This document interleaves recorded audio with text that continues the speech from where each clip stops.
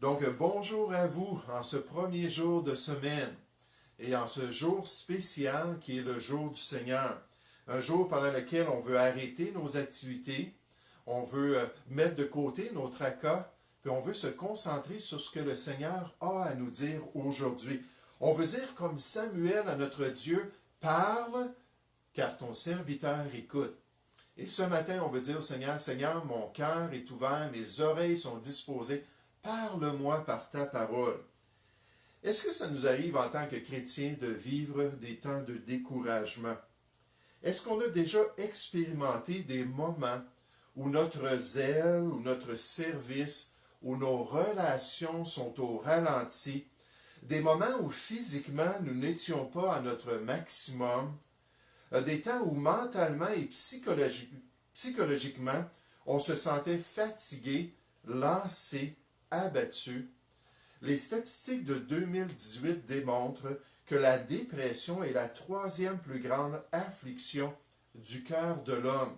Là, nécessairement, ils vont parler de l'homme en général, les païens et peu importe qui, mais ils regardent ça et ils disent que c'est la troisième plus grande affliction du cœur de l'homme. Se sentir déprimé, se sentir écrasé et vaincu, aux portes du désespoir en tant qu'être humain. Et on prédit même que dans les prochaines décennies, la prochaine décennie, les problèmes mentaux de l'homme, on retrouvera la dépression comme le problème principal. D'ici 2030, on nous dit que la dépression va être rendue numéro un comme le plus grand problème de l'être humain. Est-ce que de tels malaises peuvent se manifester dans la vie d'un disciple du Seigneur? L'enfant de Dieu est-il à l'épreuve de la dépression et de ce grand découragement? Et sinon, y a-t-il des solutions qui sont offertes par notre Dieu? Et des solutions qui nous viennent en face de ce grand fléau des derniers temps? J'aimerais vous inviter ce matin à tourner dans le psaume 42 pour considérer l'expérience personnelle d'un serviteur de Dieu, pour comprendre la réalité du découragement profond qui peut envahir le cœur des plus dévoués au Seigneur, le cœur des plus consacrés à leur Sauveur, et les pousser aux extrêmes de la dépression, aux extrêmes du désespoir. Le pasteur et écrivain Warren Wiersbe a dit « Le remède du découragement du chrétien est la parole de Dieu. Lorsque vous nourrissez votre cœur et votre esprit de sa vérité, vous reprenez votre perspective et vous trouvez une force renouvelée. » Puis je trouvais ça intéressant alors que je lisais différents auteurs et différents pasteurs qui parlaient du découragement et du désespoir, de voir qu'en donnant ce conseil-là, Warren Wiersbe avoue que le découragement est possible pour le disciple du Seigneur. Que le découragement, ça peut faire partie de l'expérience d'un enfant de Dieu. Donc, ce matin, j'aimerais qu'on puisse tourner au psaume 42 pour considérer le découragement du disciple. Le découragement de l'enfant de Dieu, et c'est possible. Le psaume 42, à partir du verset 1, on nous dit au chef des chantres, cantique des fils de Corée. Comme une biche soupire après des courants d'eau, ainsi mon âme soupire après toi, ô Dieu. Mon âme a soif de Dieu, du Dieu vivant. Quand irai-je et paraîtrai-je devant la face de Dieu? Mes larmes sont ma nourriture jour et nuit, pendant qu'on me dit sans cesse, où est ton Dieu?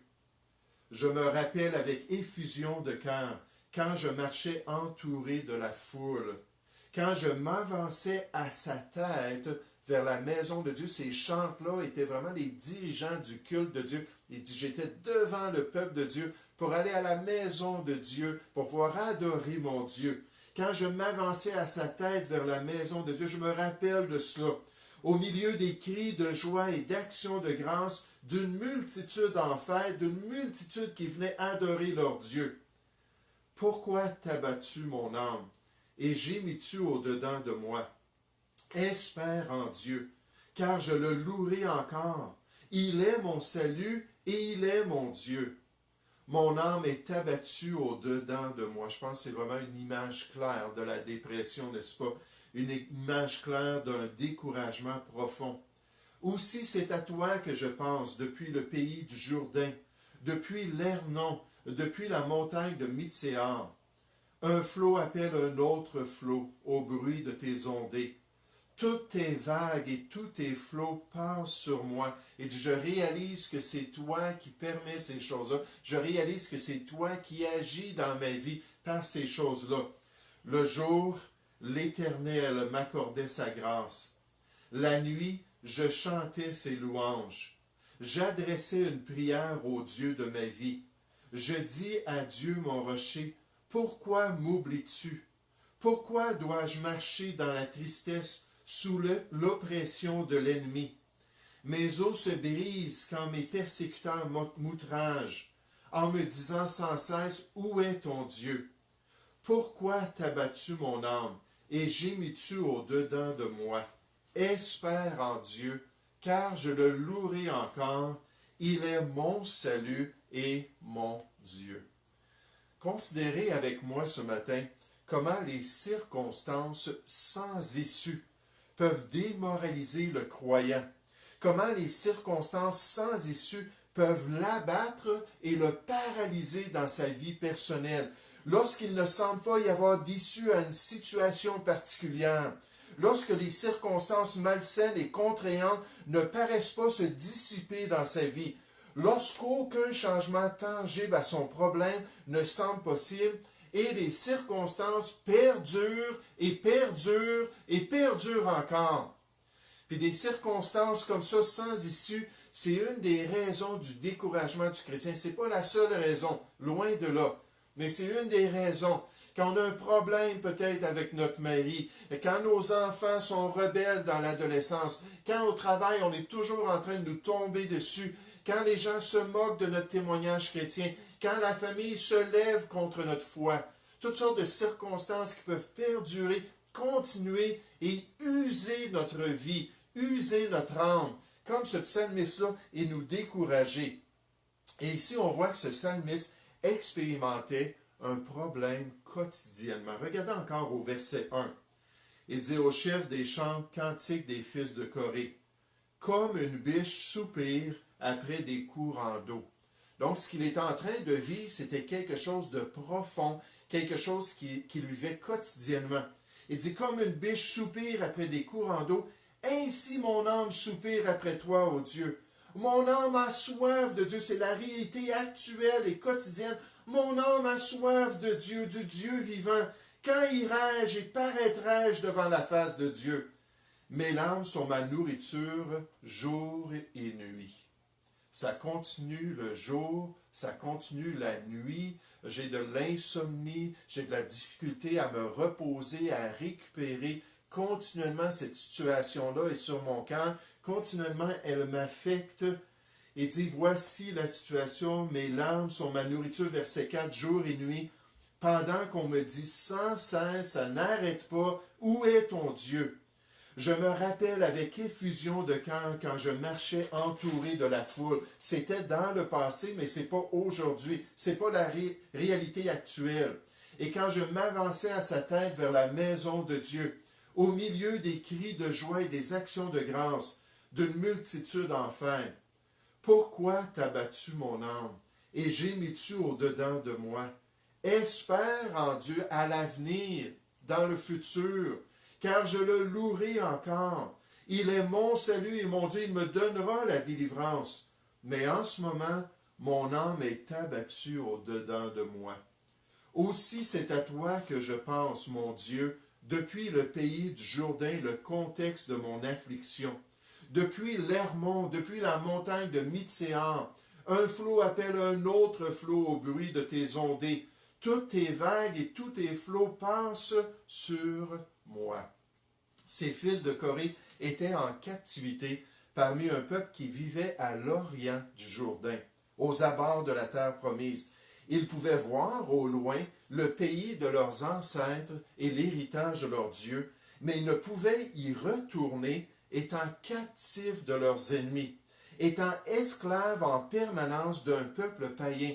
Et jour après jour, la situation et les circonstances demeuraient inchangeantes, Et c'était au point même où ces chantres-là, ces adorateurs du seul vrai Dieu, se demandaient s'ils ne l'avaient pas oublié. Regardez au verset 2. Il dit, comme une biche soupire après des courants d'eau, ainsi mon âme soupire après toi, ô Dieu. Mon âme a soif de Dieu, du Dieu vivant. Quand irai-je? Hein? Quand est-ce, Seigneur? Quand est-ce que tu vas le permettre? Quand est-ce que tu vas te manifester? Quand irai-je et paraîtrai-je devant la face de Dieu? Quand est-ce que je vais retourner à Jérusalem? Quand est-ce que je vais pouvoir me tenir devant la maison de Dieu et adorer mon Dieu? Regardez au verset 10. Il dit, je dis à Dieu, mon rocher, pourquoi m'oublies-tu? Pourquoi dois-je marcher dans la tristesse sous l'oppression de l'ennemi? Toi qui donnes la victoire, toi qui peux nous libérer, nous émanciper. Pourquoi est-ce que tu permets ces choses? Quand je méditais ce psaume et la situation de ces fils de Corée, une expression qui est un cri de cœur m'est revenue à l'esprit. Cette expression-là, on la retrouve souvent dans l'Ancien Testament et c'est « jusqu'à quand ». Jusqu'à quand, Seigneur? Jusqu'à quand est-ce que tu vas permettre cette difficulté? Jusqu'à quand est-ce que tu vas permettre ces situations-là? Fils des hommes, jusqu'à quand ma gloire sera-t-elle outragée? On voit ce cri du cœur, ça continue, ça ne lance pas. Jusqu'à quand aimerez-vous la vanité? Chercherez-vous le mensonge? Jusqu'à quand vous jetterez-vous sur un homme? Chercherez-vous tous à l'abattre comme une muraille qui penche, comme une clôture qu'on renverse? Jusqu'à quand, ô Dieu, l'oppresseur outragera-t-il? L'ennemi méprisera-t-il sans cesse ton nom? Mon âme est toute troublée. Et toi, Éternel, jusqu'à quand? Hein, souvent, ils disent, jusqu'à quand est-ce que tu te tiens en silence? Jusqu'à quand est-ce que tu es inactif dans ma vie? Reviens, Éternel, délivre mon âme, sauve-moi à cause de ta miséricorde. Jusqu'à quand, Éternel, m'oublieras-tu sans cesse? Jusqu'à quand me cacheras-tu ta face? Jusqu'à quand aurai-je des soucis dans mon âme et chaque jour des chagrins dans mon cœur?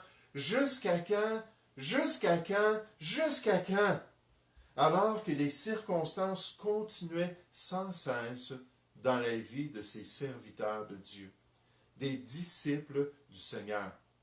Puis nécessairement, leurs ennemis qui étaient autour d'eux ne les encourageaient pas du tout, loin de là. Regardez au verset 2 à nouveau. Comme une biche soupire après des courants d'eau, ainsi mon âme soupire après toi, ô Dieu. Mon âme a soif de Dieu, du Dieu vivant. Quand irai-je et paraîtrai-je devant la face de Dieu? Mes larmes sont ma nourriture jour et nuit. Puis pendant ces jours et ces nuits-là, on nous dit, pendant qu'on me dit sans cesse, où est ton Dieu? Des peuples idolâtres, des païens qui les avaient rendus captifs, leur disaient continuellement, oui, mais vous dites adorer Dieu, vous dites croire dans le Seigneur, mais où est-il ton Dieu dans ces circonstances? Comment ça se fait qu'il n'entend pas tes prières? Comment ça se fait qu'il ne te délivre pas de ta situation adverse? Pourquoi est-ce que Dieu ne se manifeste pas? Verset 11, il dit, mes os se brisent quand mes persécuteurs m'outragent en me disant sans cesse, où est ton Dieu? Frères et sœurs, que ce soit des problèmes de santé, frères et sœurs, que ce soit des problèmes relationnels, que ce soit des manquements personnels qui nous affligent, des péchés habituels dans lesquels on tombe à nouveau, peu importe la circonstance, des problèmes qui perdurent dans la vie du croyant peut devenir un lourd fardeau de plus en plus pénible à porter. Puis en tant que croyant, on doit être sensible envers ça. En tant qu'enfant de Dieu, on doit voir nos frères et sœurs puis réaliser, ah, ça fait tellement longtemps qu'elle vit ça, ou ça fait tellement longtemps qu'il expérimente ça, ça fait tellement longtemps qu'il lutte avec tel et tel problème dans sa vie, qu'il est malade, qu'il a le cancer, ou peu importe les circonstances. Les maris doivent être compatissants envers leurs épouses. Les épouses doivent être compatissantes envers leurs maris. On doit regarder nos enfants. Les enfants doivent considérer leurs parents, puis être sensibles envers ces réalités-là, puis dire « Wow, ça c'est dur. quand des choses comme ça perdurent. Vous savez, on a un exemple extraordinaire dans le Nouveau Testament d'une personne qui vivait des choses continuellement, puis on voit le cri de son cœur. Là, je parle du grand apôtre Paul. J'aime beaucoup l'apôtre Paul. Il est tout un modèle, tout un héros de la foi, mais l'apôtre Paul était humain. Et les Écritures nous disent, pour que je ne sois pas enflé d'orgueil dans les révélations extraordinaires de la gloire qu'il avait vues, Dieu a permis, il dit à cause de l'excellence de ces révélations, il a mis une écharde dans la chair. Il m'a mis une écharde dans la chair, un ange de Satan pour me souffleter et m'empêcher de m'enorgueillir. Là, c'est quoi cette écharde-là? On n'est pas certain. Moi, j'ai une hypothèse, mais il n'y a personne qui est vraiment certain. Des problèmes de santé quelconques. Est-ce que c'était peut-être des problèmes mentaux ou psychologiques, des situations qu'il vivait qui étaient terribles? Mais l'apôtre Paul, on nous dit qu'à 3 reprises, j'ai prié le Seigneur de l'éloigner. Seigneur, enlève cette écharde. Seigneur, enlève cette circonstance. Enlève ce problème de ma vie. Puis la réponse a été non. Non, tu as besoin de ça dans ta vie. Parce que Dieu sait exactement ce qu'il est en train de faire. Dieu sait exactement comment travailler notre caractère, puis comment nous amener à grandir spirituellement. Et l'apôtre Paul a dû apprendre à vivre avec cette écharde-là dans sa chair. Il a dû apprendre à être victorieux par la grâce de Dieu. Je pensais à ça, cette expérience-là de Paul, ce grand apôtre-là qui démontre le cri de son cœur. Ça me rappelait l'histoire d'une chrétienne qui s'appelait Elizabeth Prentice.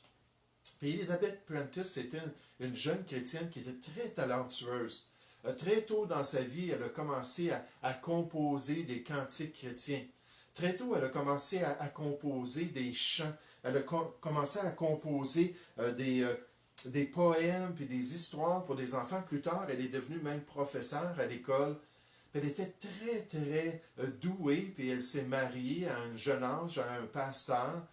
Puis ils ont commencé à avoir des enfants, puis elle continue à servir dans son église locale, puis travailler un petit peu, puis faire différentes choses. Puis à un moment donné, Mme Prentice est devenue soudainement invalide. Puis là, elle regardait sa situation, elle disait au Seigneur, Seigneur, tu sais comment est-ce que je t'aime, tu sais comment est-ce que je veux te servir. Elle dit, Seigneur, j'ai un mari, puis je dois prendre soin de mon mari. Elle dit, Seigneur, j'ai 6 enfants, puis je dois prendre soin de mes enfants. Puis elle dit, Seigneur, libère-moi de cette infirmité. Libère-moi de cette maladie terrible que tu as permis dans ma vie. Et la réponse du Seigneur, ça a été non. Non, je ne veux pas te libérer. On va revenir à Élisabeth un petit peu plus tard pour voir comment le Seigneur a utilisé ça dans sa vie. Mais Dieu permet dans la vie des chrétiens des circonstances qui sont sans issue. Toutefois, quand on regarde le psaume 42, c'est aussi un psaume d'espoir. C'est aussi un psaume qui présente de l'espérance aux disciples.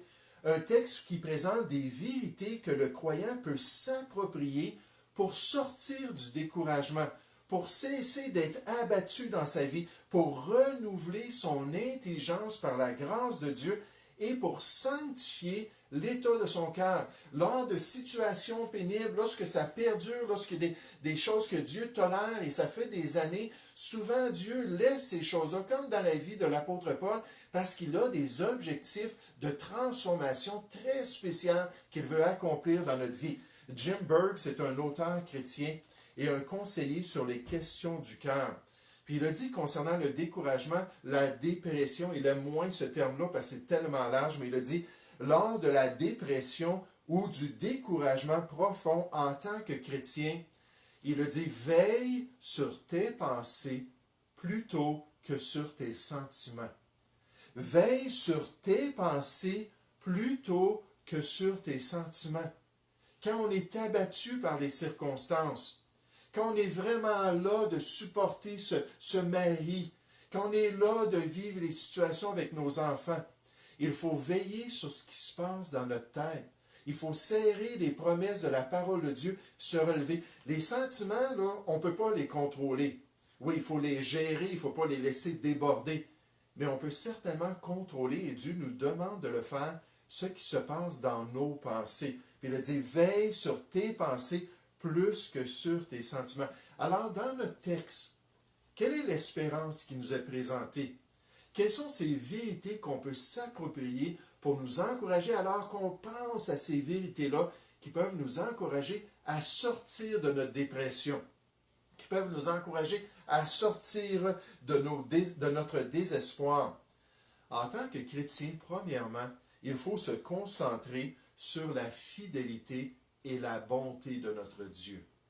Il faut se concentrer sur le fait que Dieu est fidèle envers le chrétien, que Dieu est bon. C'est celui qui ne change pas, celui qui, malgré les ténèbres et malgré l'obscurité de ce qu'on est en train de vivre, peut-être depuis des années, Dieu est toujours là. Il est toujours présent. La Bible nous dit, Dieu est fidèle.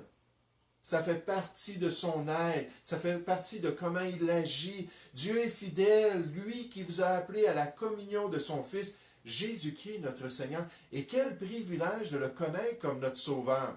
Quel privilège de le connaître comme le Dieu qui nous a délivrés de nos péchés. Et là, il nous a adoptés dans sa maisonnée et nous dit, il va être un Père fidèle. Les Écritures nous disent, le Seigneur est fidèle.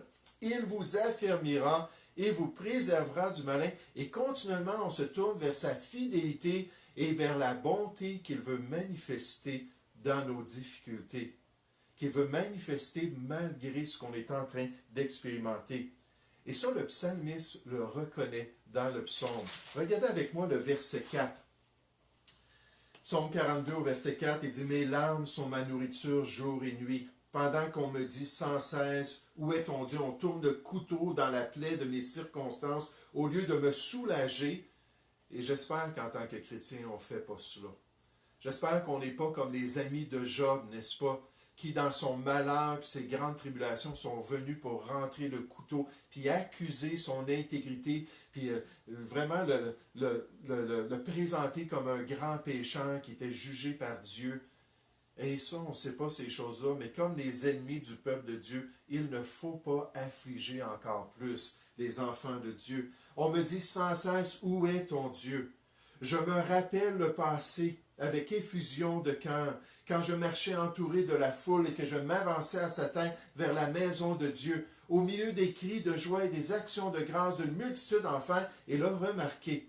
Il dit, pourquoi t'as battu mon âme? Au verset 7, il dit, oui, je suis abattu. Oui, je suis à terre. Oui, je suis écrasé. Oui, j'ai de la misère à me relever. Mais il dit, pourquoi? Pourquoi? Puis là, il se parle à lui-même. Il est en train de s'exhorter. Personne ne veut m'exhorter, mais moi, je vais le faire personnellement.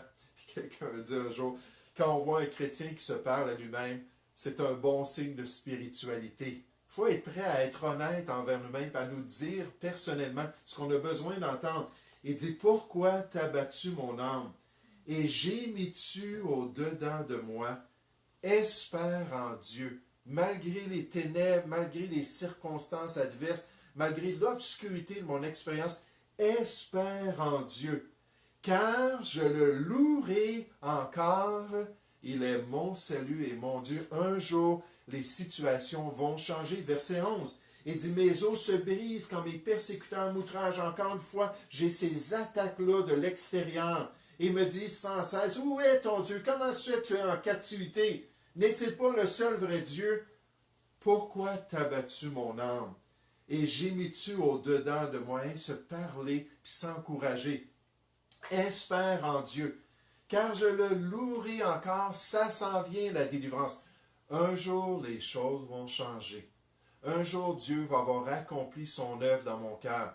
Un jour, je vais avoir reflété plus l'image de Jésus-Christ et Dieu va changer les circonstances. Il est mon salut, il est mon Dieu. Vous savez, Jérémie avait utilisé cette méthode-là lui aussi. Cette vérité-là spirituelle de se donner de l'espérance, de réaliser que Dieu était fidèle et bon. Dans Jérémie chapitre 3, il dit, voici ce que je veux repasser en mon cœur. Dans le livre de Lamentation, ce qui me donnera de l'espérance.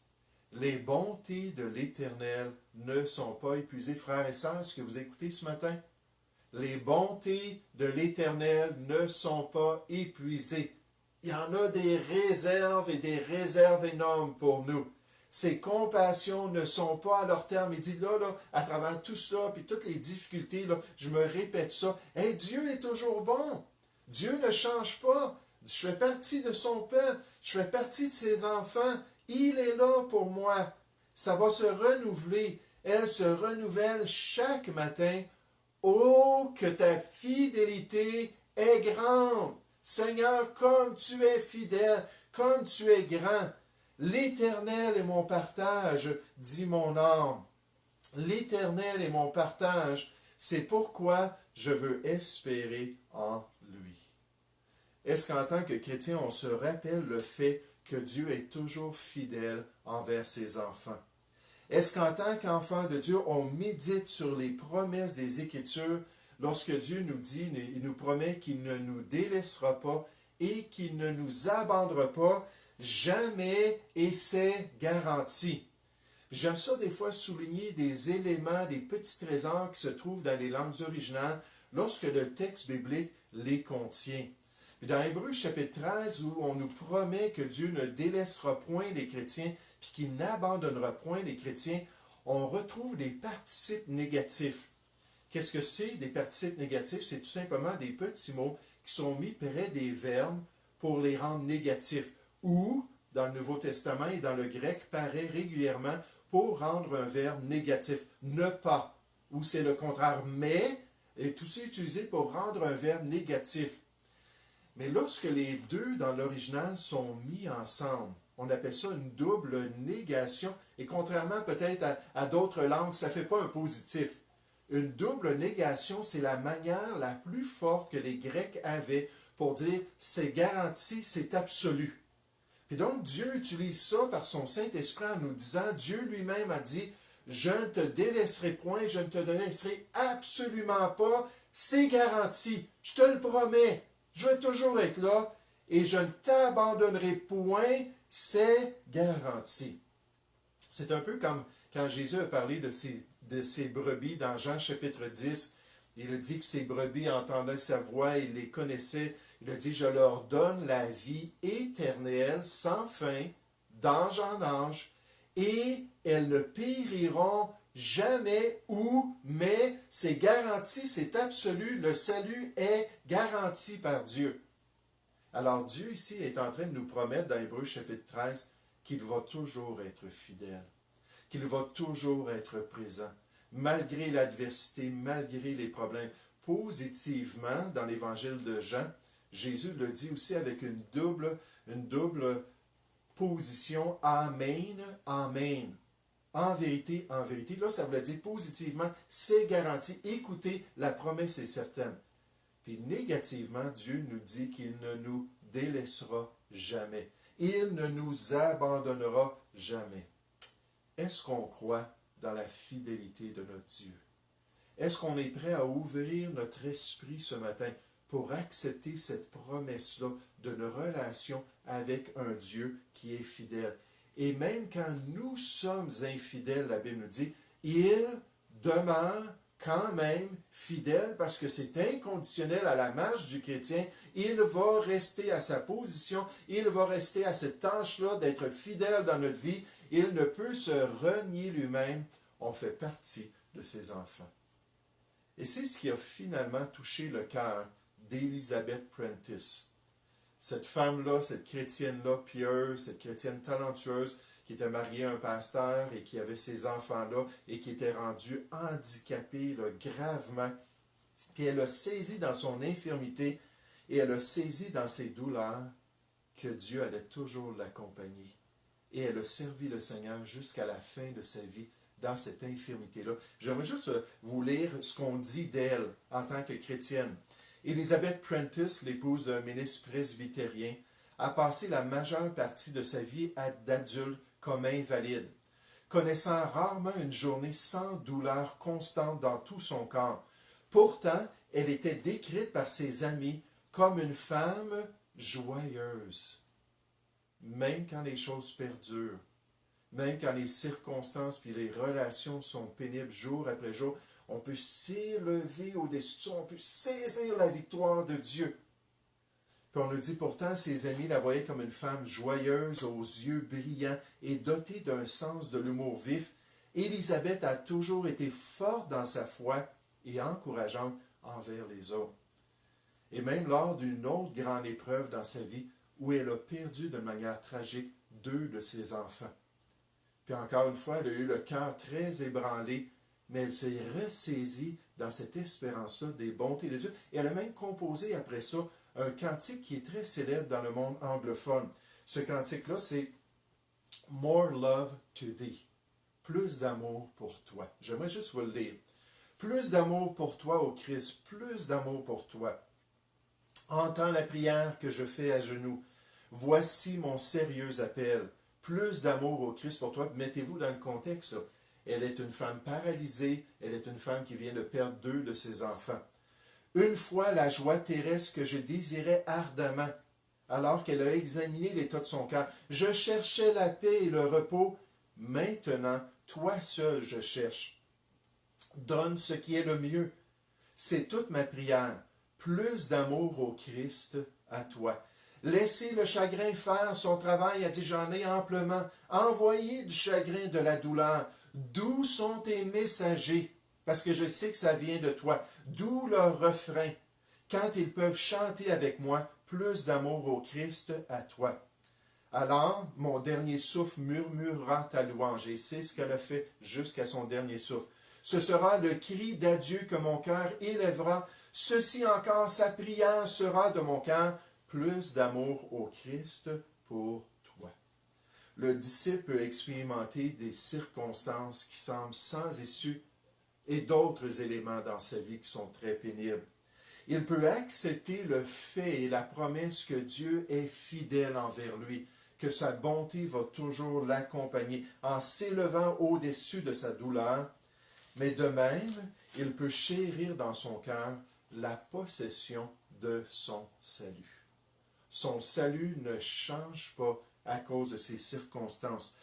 Le fait que son salut n'est nullement affecté par ce qu'il vit, que le pardon des péchés et sa place au paradis sont garantis en Jésus-Christ, et que peu importe la douleur, peu importe les revirements, peu importe la maladie, les calamités, le salut l'accompagnera sur cette terre et pour l'éternité.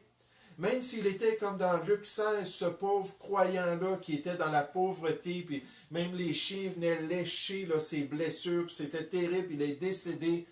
Il s'est réveillé dans la gloire. Le salut l'a toujours accompagné. Et la Bible nous dit, c'est garanti. Un des passages que je vous ai cité tout à l'heure dans Jean 10, Jésus, notre bon berger qui est mort pour ses brebis, nous dit, mes brebis entendent ma voix, je les connais et elles me suivent. Ça devrait être une caractéristique de victoire dans leur vie. Je leur donne la vie éternelle et elles ne périront jamais ou mais. Vous vous rappelez du double négatif? Qu'est-ce que ça veut dire? Ça veut dire absolument pas, c'est garanti. C'est ce que Dieu nous dit. Elles ne périront jamais et personne ne les ravira de ma main. Personne ne les ravira de ma main.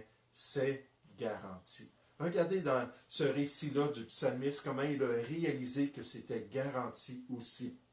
Au verset 6, il dit, « Pourquoi t'as battu mon âme et gémis-tu au-dedans de moi? Relève-toi, saisis les promesses de Dieu, espère en Dieu, car je le louerai encore. Il est, pas il était, remarqué. Nécessairement, il était loin de Jérusalem, il était loin de la terre promise, il était loin de la proximité du peuple de Dieu. On ne sait pas pourquoi il était en captivité, mais il était loin physiquement et dans ses circonstances externes. Mais ici, il dit, mon Dieu, il est mon salut, il est mon Dieu. Ça n'a pas changé. Et frères et sœurs, ça ne peut jamais changer dans notre vie. Dieu ne changera pas ce salut-là, c'est garanti. Au verset 12, ça dit, « Pourquoi t'as battu mon âme et gémis-tu au-dedans de moi? Espère en Dieu, car je le louerai encore. » Dieu va peut-être changer les circonstances, Dieu va peut-être me changer à travers les circonstances, mais il est mon salut, il est mon Dieu. Attache-toi à cette réalité-là, qu'un jour tu as ouvert ton cœur à l'Évangile. Un jour, tu t'es confié dans l'œuvre du Seigneur Jésus. Un jour, tu l'as reçu dans ta vie et il a pris tous tes péchés et il t'a donné la vie éternelle et il sera toujours ton salut. Il sera toujours ton Dieu. Je lisais cette semaine d'étudiants d'un collège biblique, un bon collège biblique, qui étaient en train de jouer au basketball. Puis ils étaient dans si on pourrait dire, un gym ou un endroit où on peut jouer un basketball, mais dans un endroit public, dans une école publique. Ils n'en avaient pas dans leur collège, donc ils allaient jouer là. Puis pendant qu'ils étaient en train de jouer leur partie, les joueurs ont remarqué qu'il y avait un monsieur qui était assis dans les estrades et qui avait un gros livre d'ouvert. Puis là, il était très attentif en train de lire le livre. Puis là, ils ont remarqué qu'il y avait un uniforme et que finalement, c'était le concierge de la place. Puis c'est un vieux monsieur, puis il était là, puis il lisait attentivement. Puis là, ils se demandaient, les étudiants en jouant, je me demande si c'est la Bible. Je me demande s'il est en train de lire les Écritures. Puis finalement, ils ont dit, OK, on prend une pause. Puis là, toute l'équipe sont montées, puis sont allés auprès du concierge. Puis on dit, qu'est-ce que vous lisez? Puis là, le concierge a dit, je suis en train de lire la Bible. Tous les se sont regardés, ils ont dit, oui. Est-ce qu'il y a un passage spécial que vous êtes en train de lire, un texte particulier? Il dit, je suis en train de lire le livre de l'Apocalypse. Fait que là, les étudiants du collège biblique savaient que s'il y a un livre difficile dans le Nouveau Testament, un des 4 livres apocalyptiques avec tout le symbolisme et toutes les difficultés de mettre ça dans le grand casse-tête de la prophétie biblique, c'est bien le livre de l'Apocalypse. Donc, ils ont demandé au vieux monsieur, est-ce que vous comprenez ce que vous lisez? Puis la plupart du temps, quand on demande ça à un chrétien, il va dire, pas vraiment, c'est difficile, n'est-ce pas? C'est un des textes difficiles. Puis le vieux concierge a dit, oui, certainement, je comprends ce que je lis. Ce que ce livre-là du Nouveau Testament me dit, c'est que Jésus sera vainqueur. Jésus sera vainqueur. Là, les étudiants ils ont dit, est-ce qu'on peut trouver un meilleur commentaire biblique que cela en regardant le livre de l'Apocalypse, que Jésus sera vainqueur. Mais vous savez, il va demeurer notre Dieu.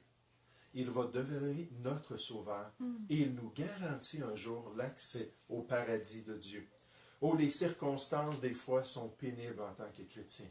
Ça peut nous abattre. Ça peut vraiment nous décourager. Peut-être qu'on a de la misère à sortir de ce problème-là. Peut-être qu'on se concentre trop sur le problème. Mais en tant que chrétien, il faut réaliser que Dieu est fidèle. Dieu est bon. Il dit, gardez les regards à la bonne place. Gardez les regards sur Jésus, sur votre Sauveur. Et nécessairement, en tant que chrétien, on réalise que notre salut est là pour nous sur cette terre. Et notre salut va durer pour l'éternité. Un jour, les circonstances vont changer. Un jour, Dieu va permettre certaines choses qui vont vraiment nous transformer de plus en plus. Mais entre-temps, il nous demande de demeurer fidèles et de marcher avec espérance. Marcher avec espoir. Qu'on puisse se concentrer sur notre Dieu et qu'on puisse le glorifier dans notre vie. J'espère que ça vous a encouragé ce matin. Si vous êtes un peu déprimé, si vous vivez des choses difficiles, si les circonstances de la pandémie sont pesantes pour vous, puis j'espère que le Seigneur va vous bénir abondamment cette semaine et dans les semaines à venir, alors que vous persévérez dans ses voies. Amen.